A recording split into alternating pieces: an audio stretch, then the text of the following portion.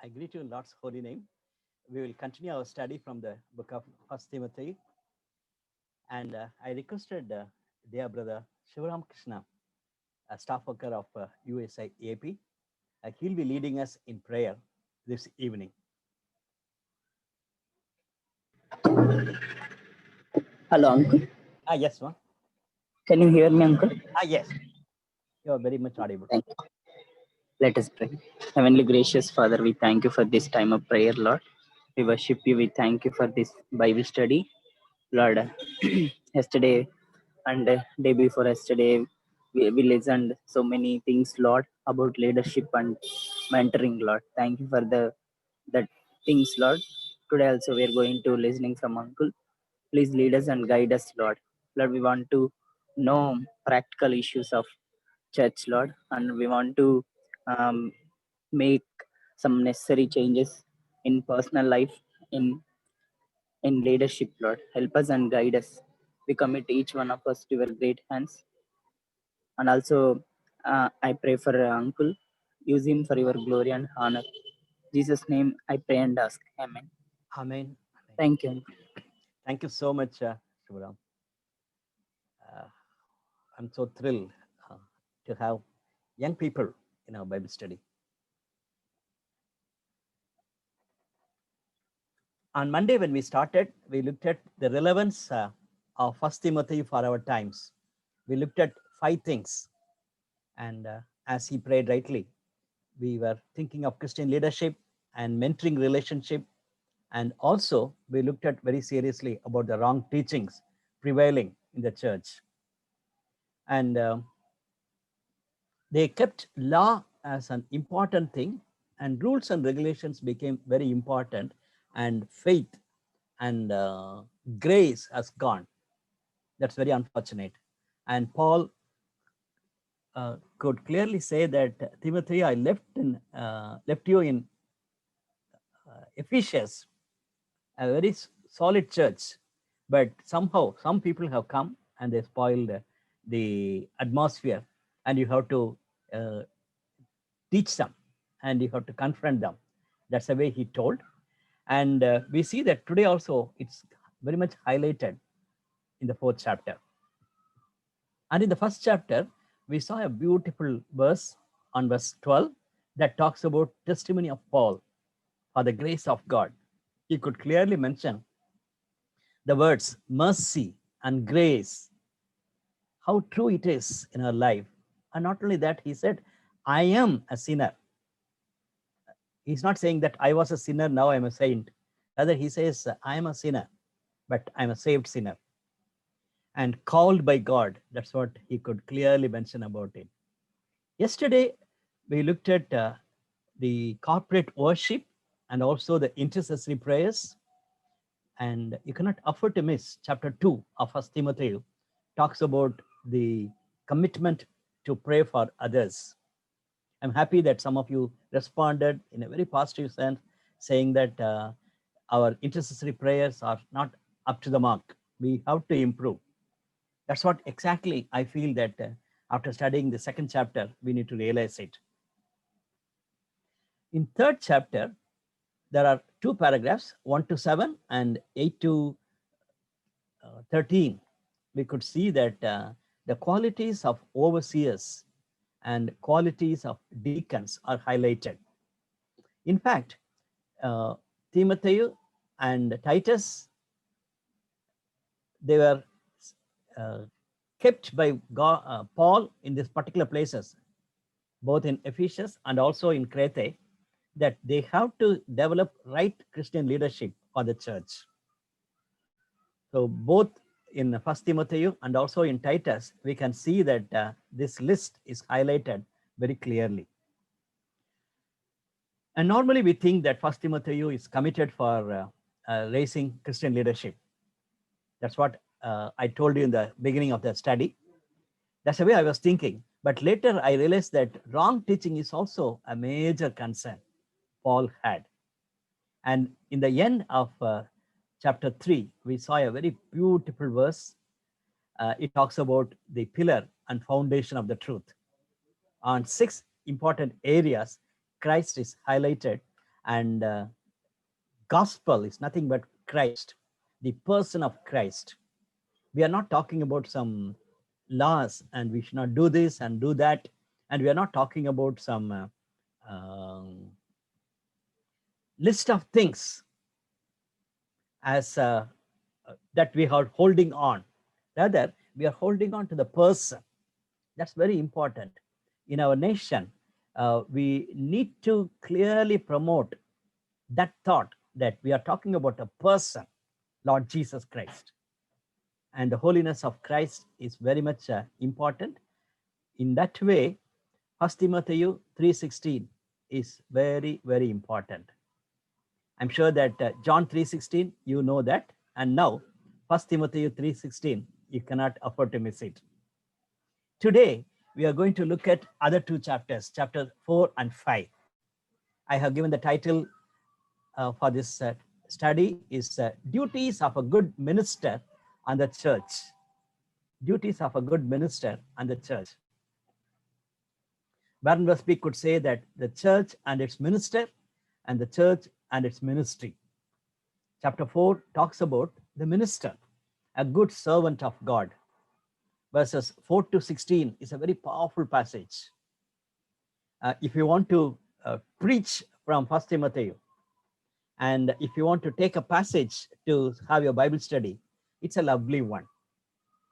As I said on Monday, last Saturday, I took a study for Gauhati EGF. That was my text. I was so much excited to study with them in this text. It's a lovely passage.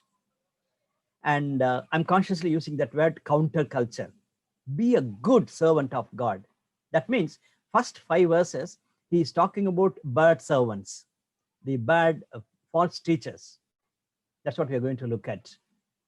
In chapter 5, 1 to 16 talks about the personal concern on people and especially on widows. A large passage is mentioned about widows. And verses 17 to 25 talks about providing for the church elders. So this evening we are going to look at 4 paragraphs, rejecting the false teachers, first 5 verses in chapter 4, raising a counterculture by being a good minister of God, servant of God, verses 6 to 16, and personal concern on widows, personal concern on individuals, very important. And lastly, we are going to look at very briefly about how the church is responsible to help the elders and pastors and full-time workers. That's one thought Paul wanted to communicate to Timothy. As I said, this is a lovely passage. So I requested dear Moses from West Godavari, Andhra Pradesh, to read this passage for us. Moses is a young man. I'm so thrilled that he attends our Bible study regularly. Thank you, Moses, for reading this evening. 1 Timothy 4th chapter from 6th verse to 16th verse. If you point these things out to the brothers, you will be a good minister of Christ Jesus, brought up in the truths of the faith and of the good teaching that you have followed. Have nothing to do with godless myths and old wives' tales. Rather, train yourself to be a godly, for physical training is of some value, but godliness has value for all things, holding promise for both the present life and the life to come. This is trustworthy saying that deserves full acceptance, and for this we labor and strive, that we have put our hope in the living God, and who is the Savior of all men, especially of those who believe. Command and teach these things. Don't let anyone look down on you because you are young, but set an example for the believers in speech, in life, in love, in faith, in purity. Until I come, devote yourself to the public reading of Scripture, to preaching and to teaching. Do not neglect your gift, which was given you through a prophetic message. When the body of elders laid their hands on you, be diligent in these matters. Give, yours, give yourself wholly to them, so that everyone may see your progress. Watch your life and doctrine closely. Preserve in them, because if you do, you will save both yourself and your hearers. Here ends the reading. Thank you, Uncle. Thank you so much, Moses. I really appreciate. Moses is a young uh, friend, and he's a student of English literature. When you look at 5 verses in the first paragraph, it talks about very differently. Just now Moses read that talks about be a good minister of Christ. We can see a big contrast. And in the previous 5 verses, Paul could say very clearly to Timothy, the Spirit clearly says that in a later times, some will abandon faith and follow deceiving spirits and things taught by demons. This is the only place he mentions clearly that slightly about Satan. Satan is a cause and for false teaching. And the effect of the Satan's deceivement is going to see that people are going to be astray. They'll be led astray. Look at this passage, that is Acts chapter 20. We know the context because 2 times we have referred. When we studied the book of Acts, we saw this chapter. And also when we looked at the church at Ephesus, book of Ephesians, we studied that because this passage is regarding the church at Ephesus. Now, clearly we have to look at that passage because that is a context in which this passage comes. We know that Timothy is ministering in Ephesus. And this is for the church, the elders of the church at Ephesus, Paul was talking.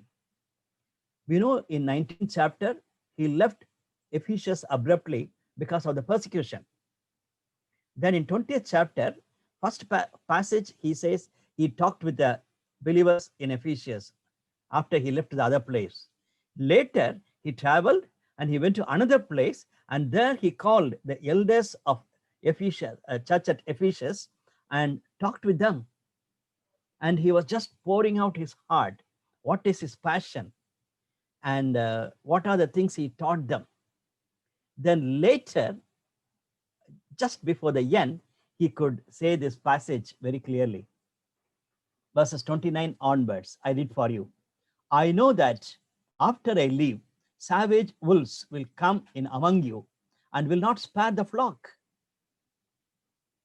Even from your own number, to draw away disciples after them. Even from your own people. That's what he says. Even from your own people, they will come up and draw away disciples from them. So be on your guard. Remember that for 3 years, I never stopped warning each of you night and day with tears. So 3 years he served the church at Ephesus. and he could minister to them. And now Timothy is there, but clearly he told them, among you, there'll be people come and disturb the disciples. So that's what exactly happened. My brothers and sisters, the commentators say, Bible commentators say that maybe 8 or 9 years later, this has happened.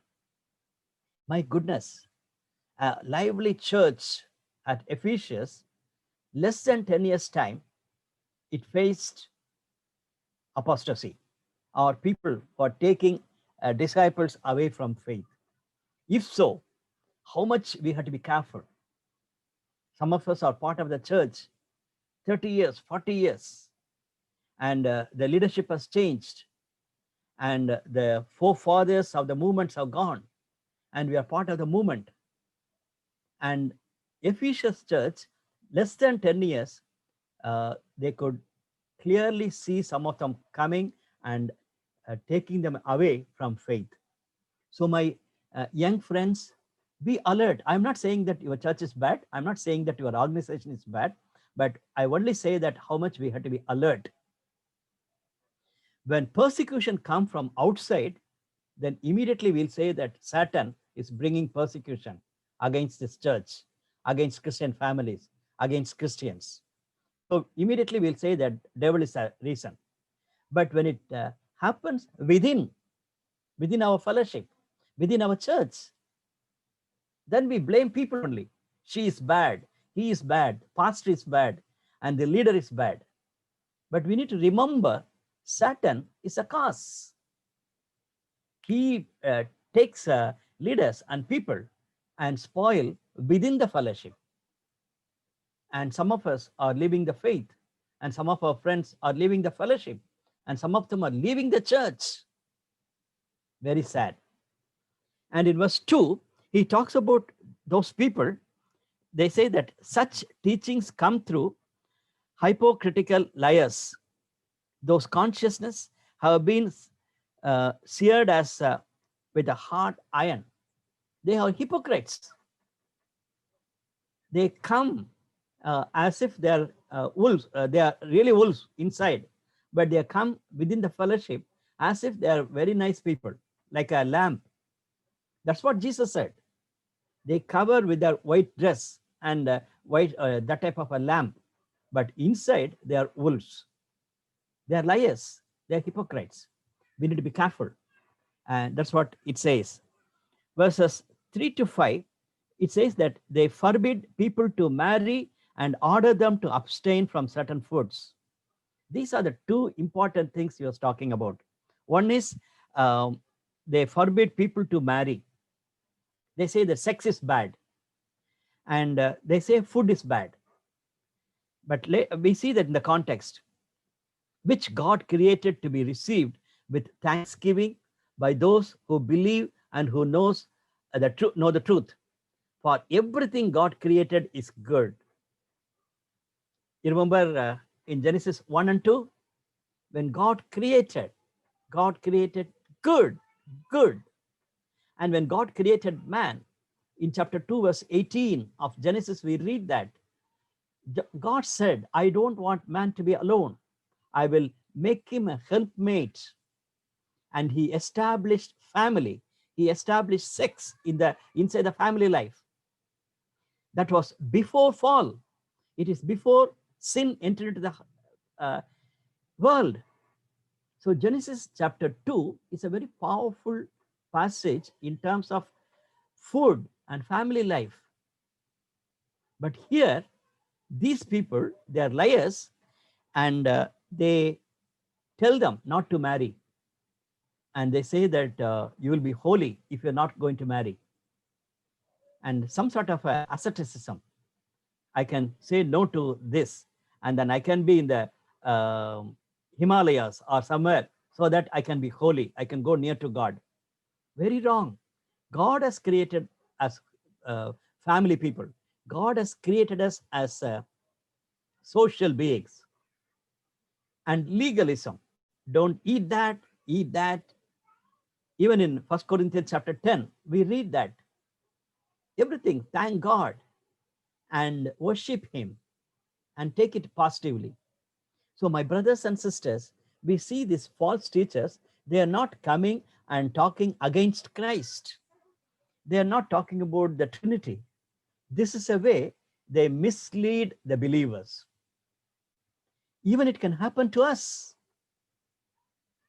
If it is against Trinity, like Jehovah's Witness, immediately we'll say that you leave this fellowship, you leave our church because we believe in Trinity.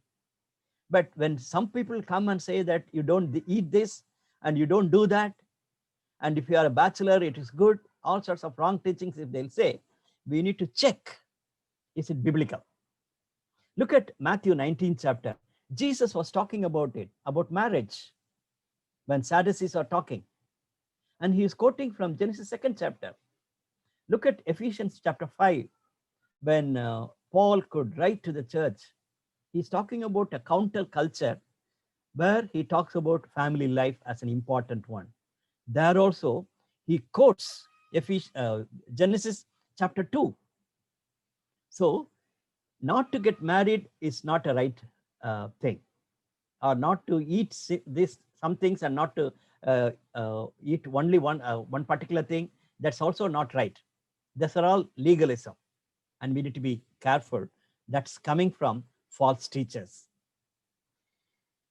Verse 6 to 16, just now Moses read for us, and we see that that is a counter culture. And here he says that you will be a good minister of Christ Jesus, nourished on the truths of the faith and of good teaching that you have followed. It should be fed on the truths of faith. Very important. Rooted in God's word. My brothers and sisters, if people are diverting you from God's word, you need to check yourself. If people are diverting you from faith, if they talk about good deeds, if they talk about what are the things you have to do it outwardly, be careful. Word of God and faith are very important, very important. Even in some churches, they talk about outward things. You have to do this, this, this, then only you can be a believer. Then only you can be a faithful follower of Christ. That and all outward things. Have faith in God in a right spirit, in a right way, with a clear conscience, and also hold on to God's word. Secondly, he talks about discipline, physical training, and he's talking about godliness.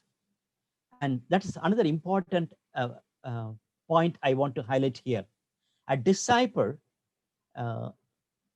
is a person who likes to be a disciplined person. We are not devotees, we are disciples. The word disciple and discipline come from the same root. If you are not a disciplined person, you cannot be a good disciple of Lord Jesus Christ. And also, disciplines also should be a joyful one. Physical exercise we do because we want to be fit and I want to be healthy. I don't want to see that I'm affected with COVID-19. So I want to do this and that. But Paul says in verse 8, for physical training is of some value, but godliness has value for all things, holding promise for both for our present life and the life to come, eternity. So our spiritual disciplines matters a lot. If I have to recommend a book for young people, I would strongly recommend Richard Foster. The title of the book is Celebration of Christian Discipline. Richard Foster, Celebration of Christian Discipline. I like that book. There are 12 disciplines he's talking about with 3 headings. And he says, discipline is not a burden. It is a celebration. I need to be excited. That's what he says.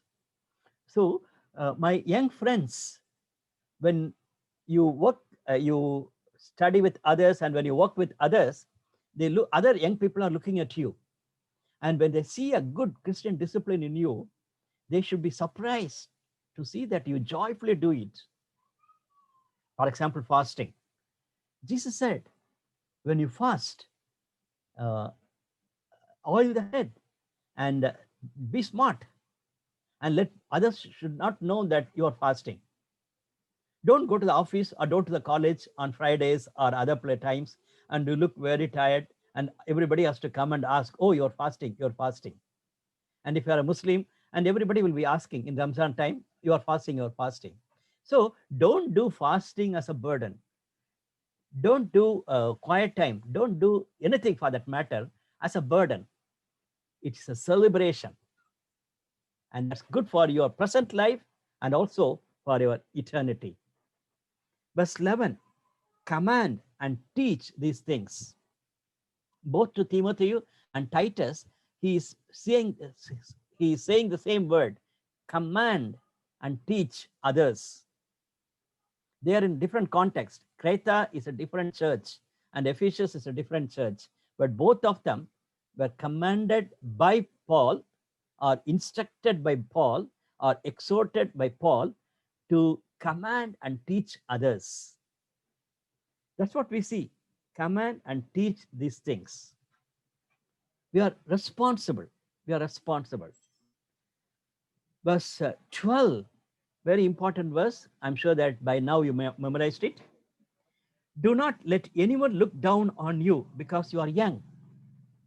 Yesterday itself we saw that Timothy might have been early 30s or somewhere that side.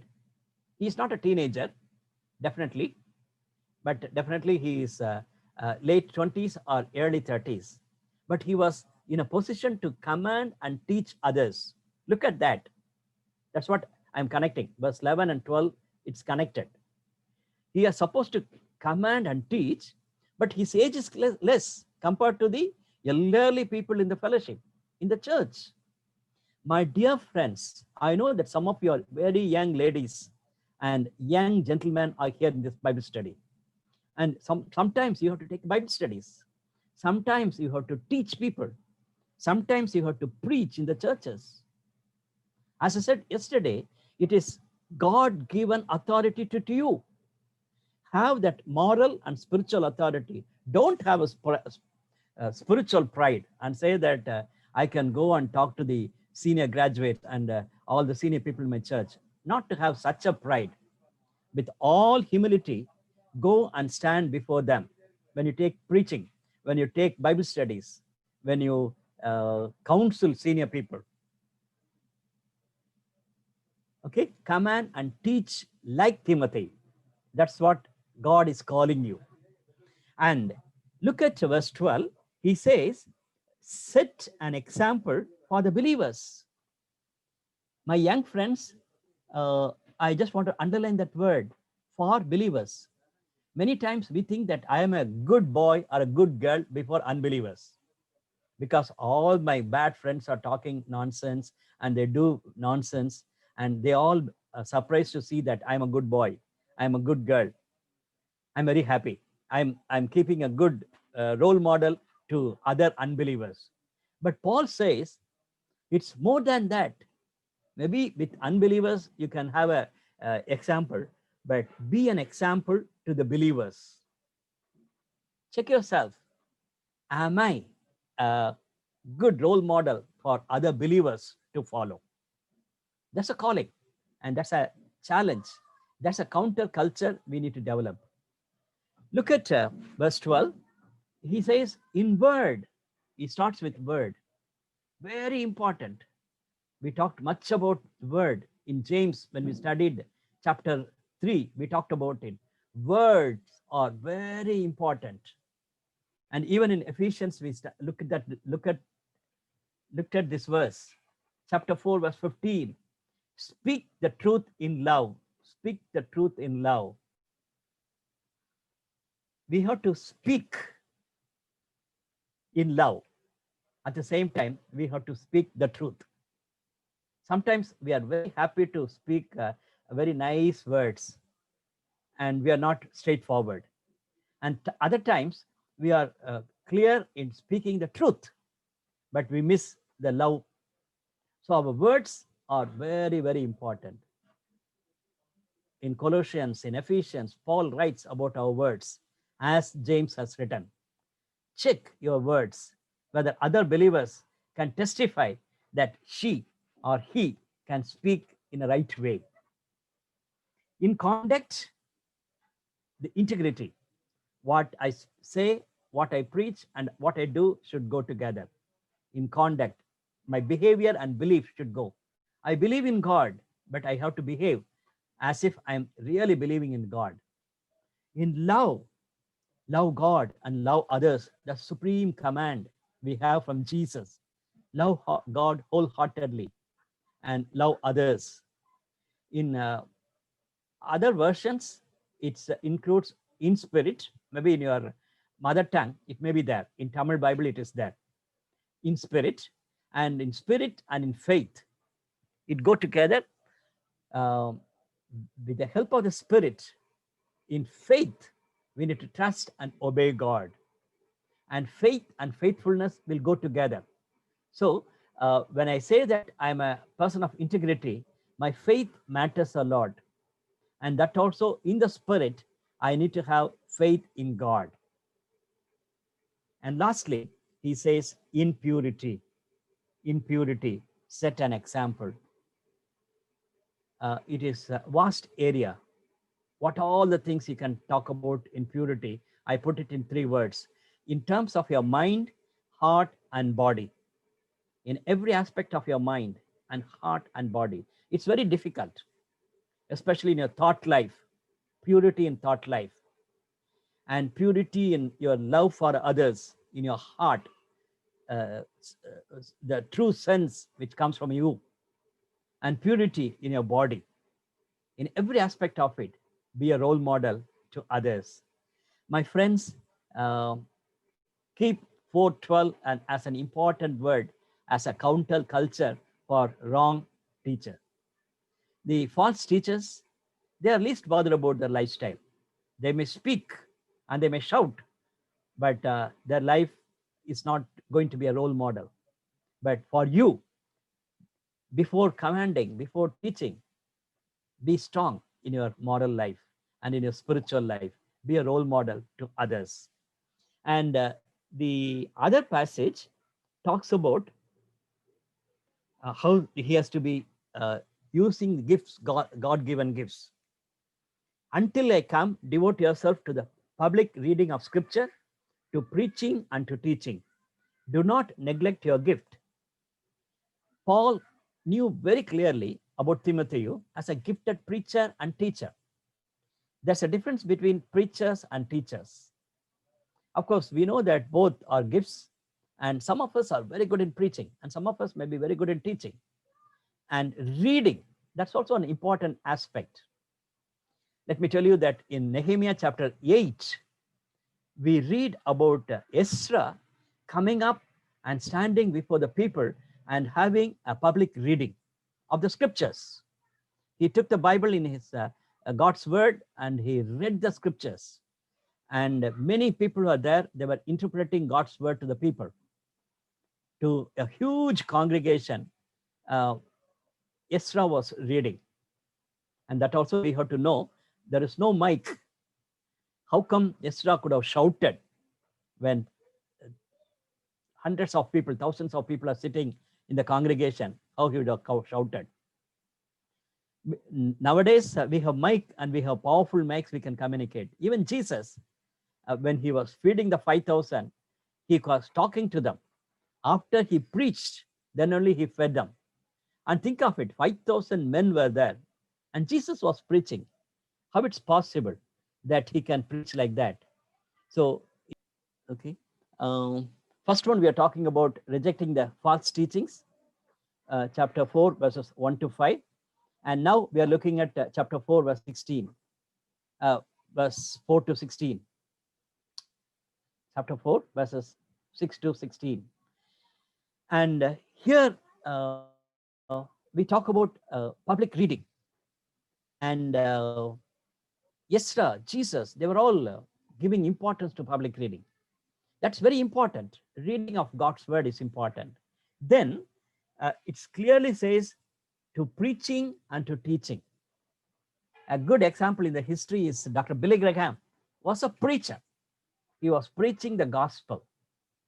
And when he can preach thousands of people will make a commitment to God. And Dr. John Stott, another evangelical leader, he was a teacher. He was a pastor in heart, and he was a pastor of the church. At the same time, he was teaching the evangelical truths. So both are important. Preaching and teaching is important. In Jesus' ministry, in Matthew chapter 9, verse 35, we see that Jesus was preaching, Jesus was teaching, and Jesus was healing people. Look at the missionaries who came to India those days. In Tamil Nadu and Andhra Pradesh and in many places, we can see that. They came and preached the gospel. When people are converted, they had a small church. And next to the church, they had a school. And basically, through school only, children can be taught.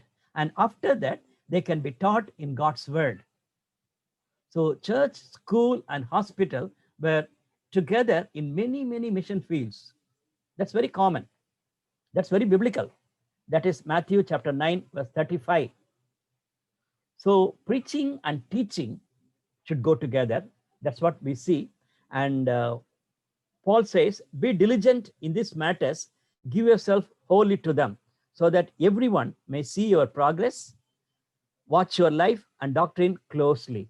So Paul could say that, Timothy, you may be a gifted preacher or a teacher, but watch yourself. People should see that you are growing in a spiritual life. Let's go to chapter 5. First 16 verses talks about the concern for people, and especially, as I said, about widows. When we look at verse 1, do not rebuke an older man harshly, but exhort him as if he were your father. Treat your younger men as brothers. So respect the men. That's what I have mentioned here. It is in the church context and in the society also, we need to be very careful. Treat, the word Paul is using, but I'm consciously using that word respect. Nowadays, as believers, somehow I have a feeling that we miss being human. Being human. Very recently, I saw a WhatsApp message. If you want to be a good human being, be a human first. If you want to be a good human being, be a human first. And sometimes we feel that we are heavenly and we are all children of God. I am the daughter, I am the son, and I least bother about people around. Very wrong, very wrong. And those days, we respect our elders, we respect the people in home, in family. But nowadays, that also has going down. My brothers and sisters, I'm not saying that when you're in the church, when you're in the marketplace, respecting the elders. It should be more than that. It should come from your heart. Don't be harsh with elderly people. And younger people, respect them as your brothers. Same thing for women. Older women as mothers and younger women as sisters with absolute purity. With absolute purity. Paul could clearly mention to Timothy, be careful with your relationship with women. If they are elderly, consider them as mothers, and if they're younger, consider them as your sisters with all utter absolute purity. What a great need in this time in our churches, in our fellowship. We go to the other extreme. I don't want to talk to the women. I don't want to talk to the men. That also can happen.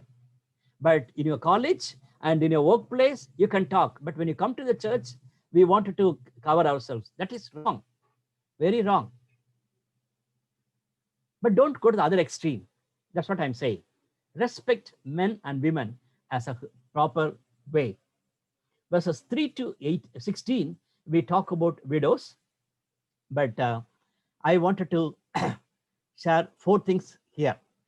Verses 3 to 8 talks about general way, recognition of widows who are really in need.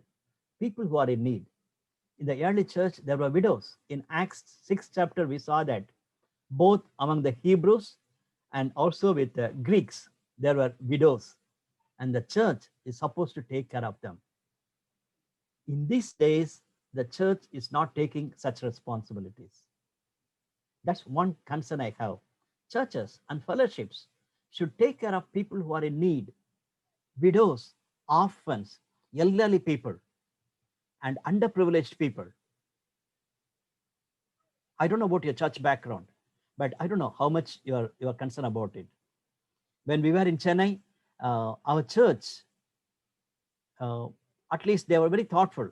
All through the year, they'll be collecting money for the poor and do very good things. I was happy. But to a city, big city like Chennai, what they are doing is very, very little. At least one church is genuinely concerned about widows and orphans and about third genders and people who are in need. That's good. As a church, they are concerned about people who are in need. Check yourself. What about our own fellowship?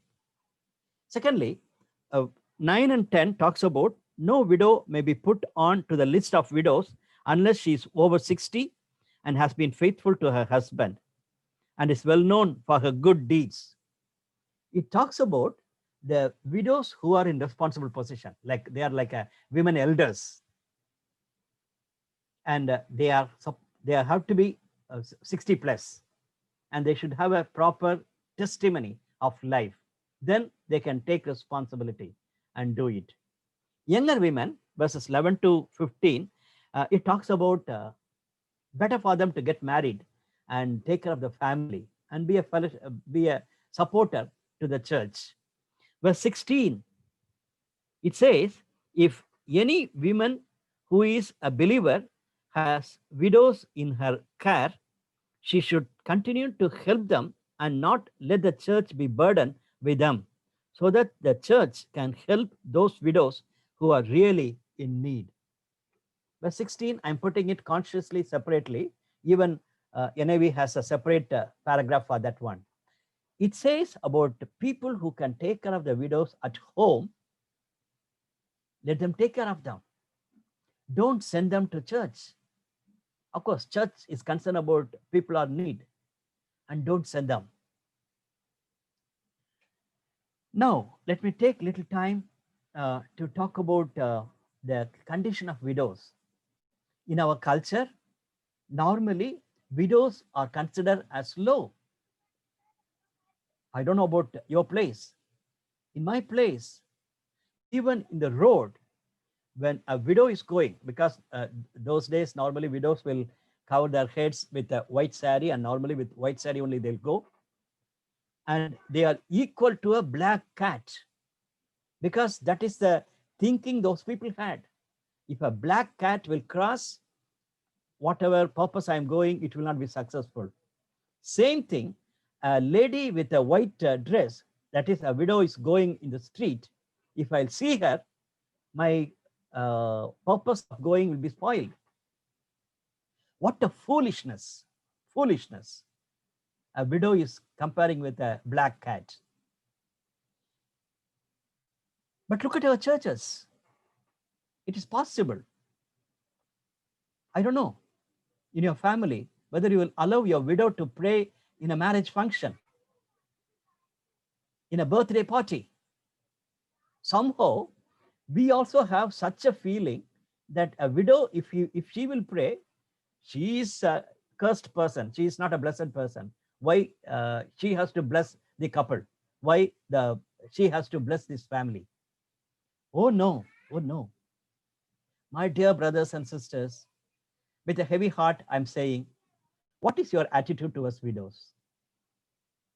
At home, in your fellowship, in your church, are you praying for them? Are you concerned about them? And are you respect them? Are you expecting them to pray for you?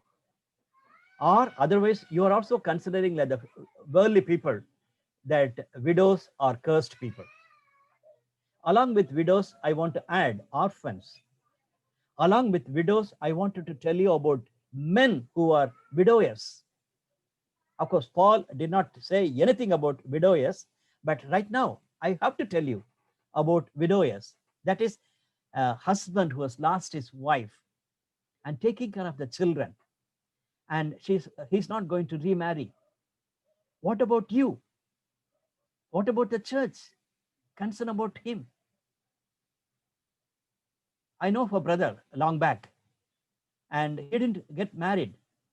He has 2 daughters, and what a challenge he had, because normally girls needs mother, especially during the time of marriage and during the pregnancy and things like that.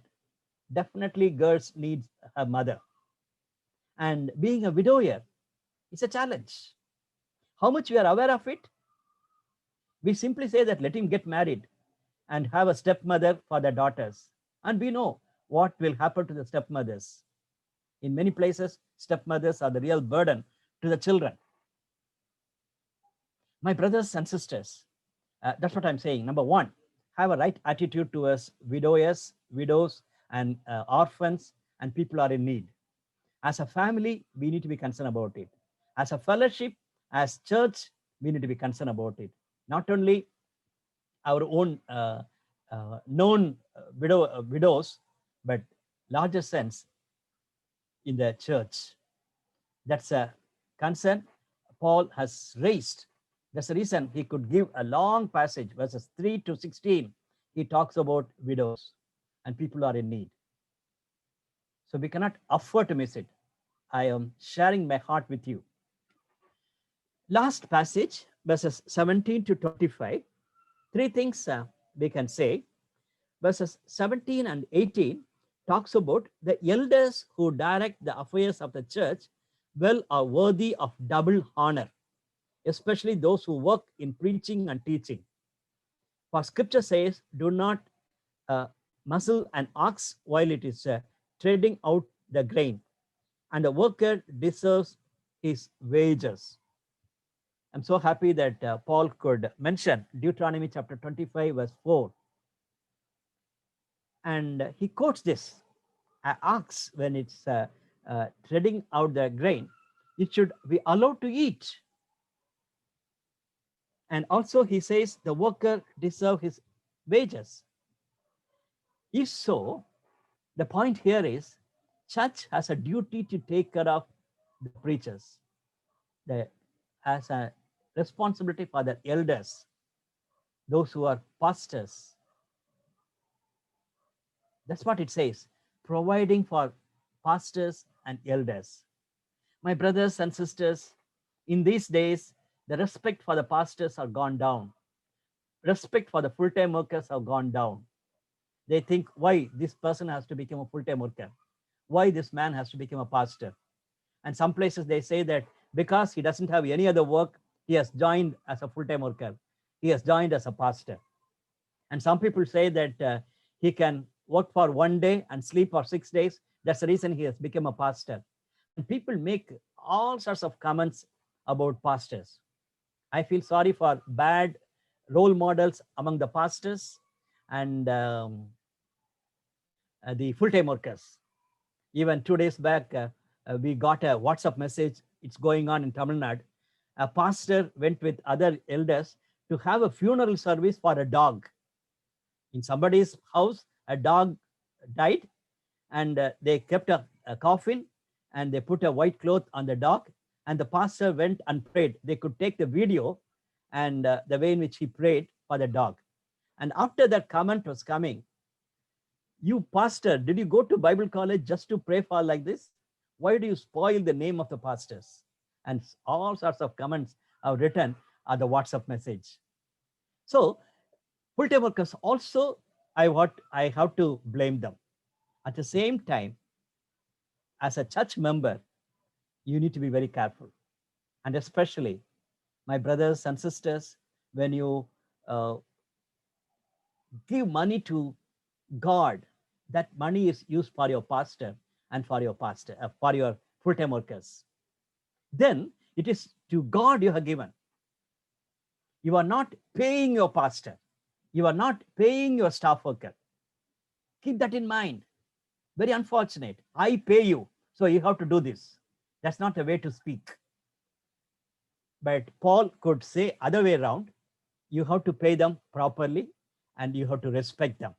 That's one of the important things he talks about in 2 verses. Next 3 verses, he's talking about disciplining the pastors, disciplining the elders.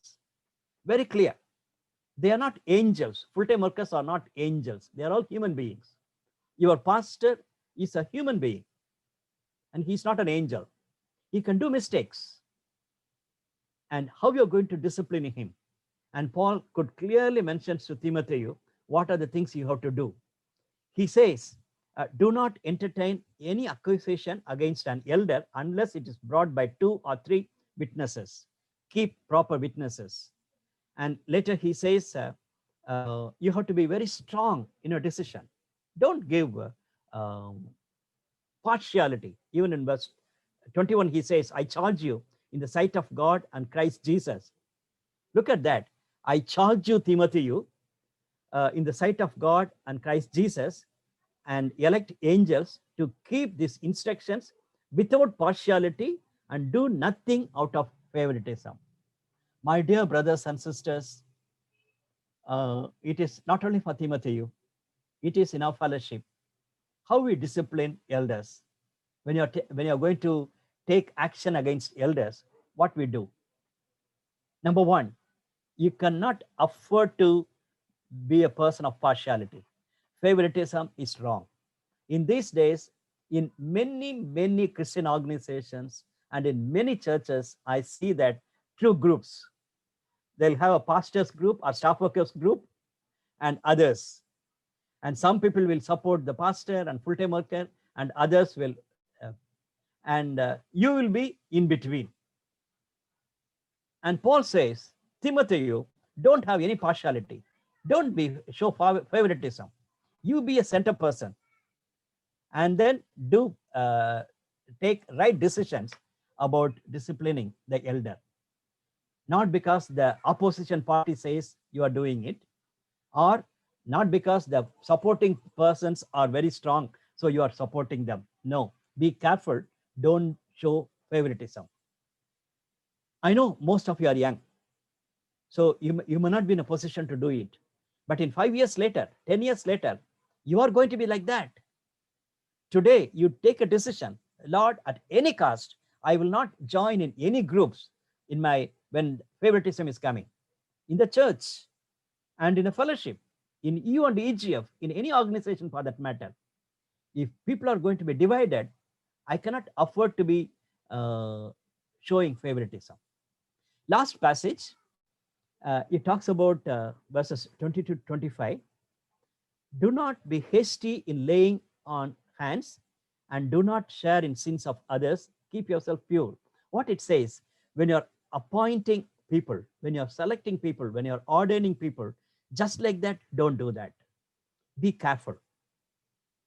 Then he talks about you strengthen yourself.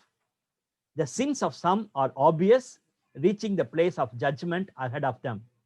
You can easily find out some of them are not having a proper testimony. And don't appoint them as pastors. Don't appoint them as elders. Don't appoint them as full-time workers. Be careful. And even be careful in ordaining them. And in the same way, verse 25, good deeds are obvious, and even those that are not obvious cannot remain hidden forever. That means you may not find out about that brother or sister, whether to take them in the committees, whether to take them as elders. Pray about them. And some people can find out very easily their good deeds. And others, they cannot hide their good deeds. Later, you will find out. That's what exactly Paul is saying to Timothy. So, my brothers and sisters, as we are taking people for our committees, as we are appointing elders and pastors for our fellowship and churches, be thoughtful and careful. So one more passage I wanted to highlight, chapter 5, verses 17 to 25, talking about duties of the church members towards the elders. Lovely passage, lovely passage. And most of you have to take up this message seriously, because you are expected to be a person of taking decisions towards appointing committees, towards appointing elders. Let's be biblically right. Let me close with these 3 questions. Moses has read the lovely passage for us. Keep that in passage. If it is possible, once again, you can read that passage and find out what are the qualities I possess as a good servant of God. Next time, when you read that passage, underline all the verbs. Verbs are very important. In these 11 verses, you can see Paul could clearly mention some verbs. That's a very good study. Then you find out whether your qualities compared to that particular verb is matching. Second one, already I shared my heart with you. Why, as families, we are not in a position to be concerned of the widows and orphans in our churches and in our fellowships. We cunningly we avoid them. We say that somebody will take care of them. Why? Thirdly, why? How we select and ordain leaders for our fellowship and church. Think of it. Let's take a serious note of our selection of our committee members and leaders. That will really help us to be a good ministers of God, and our fellowship and our church will be very lively. Let's pray together. Gracious and loving Father, we thank you for these 2 chapters. It clearly talks about the Christian minister and about the Christian ministry. Lord, we commit ourselves to you. In sometimes we as Christian ministers, we have to be doubly careful in terms of handling the false teachings and lead a life like Timothy. And also, many times we are responsible to do our role in taking care of the ministers, and especially people are in need. Help me and help us to take this message seriously. Even tomorrow, as we are going to look at the last chapter, prepare us, O God. With thanksgiving, we pray in Jesus' name. Amen.